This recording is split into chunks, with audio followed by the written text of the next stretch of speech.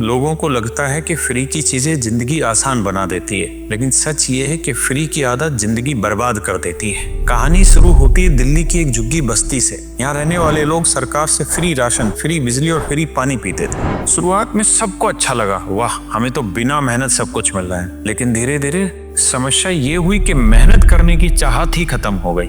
अब जब पेट मुफ्त के खाने से भरता है और घर की बिजली बिना पैसे के जलती है, तो काम पर जाने की जरूरत किसे महसूस होगी। यहीं से असली दिक्कत शुरू हुई।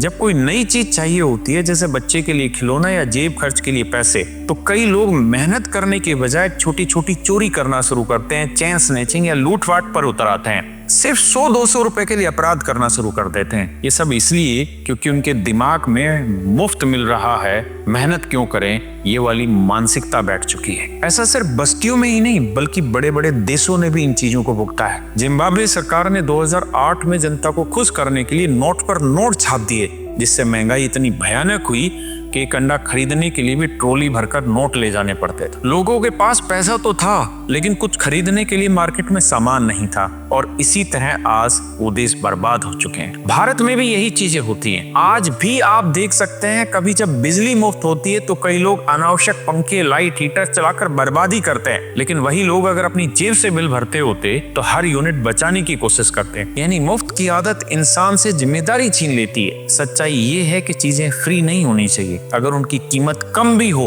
तो चलेगा, लेकिन कुछ ना कुछ मेहनत इंसान से करानी चाहिए, तभी इंसान उस चीज की कदर करता है। जैसे हम खुद भी पढ़ाई के क्षेत्र में ये चीजें देखते हैं। कैरियरविल ऐप पर हमारा यूपी दरोगा का जो बैच है, इतने कम दामों पर है कि हर छात्र इन्हें अफोर्ड कर सकता है। साथ के साथ हम यूट्यूब पर भी फ्री पढ़ाते हैं, लेकिन जब बच्चे सिलेक्शन लेकर आते हैं तो वो इन्हीं बैचों से पढ़कर आते हैं। क्योंकि जब इंसान थोड़ा सा निवेश करता है, चाहे वो समय का हो या पैसे का, तब उसका कमिटमेंट और सीरियसनेस कई गुना बढ़ जाती है।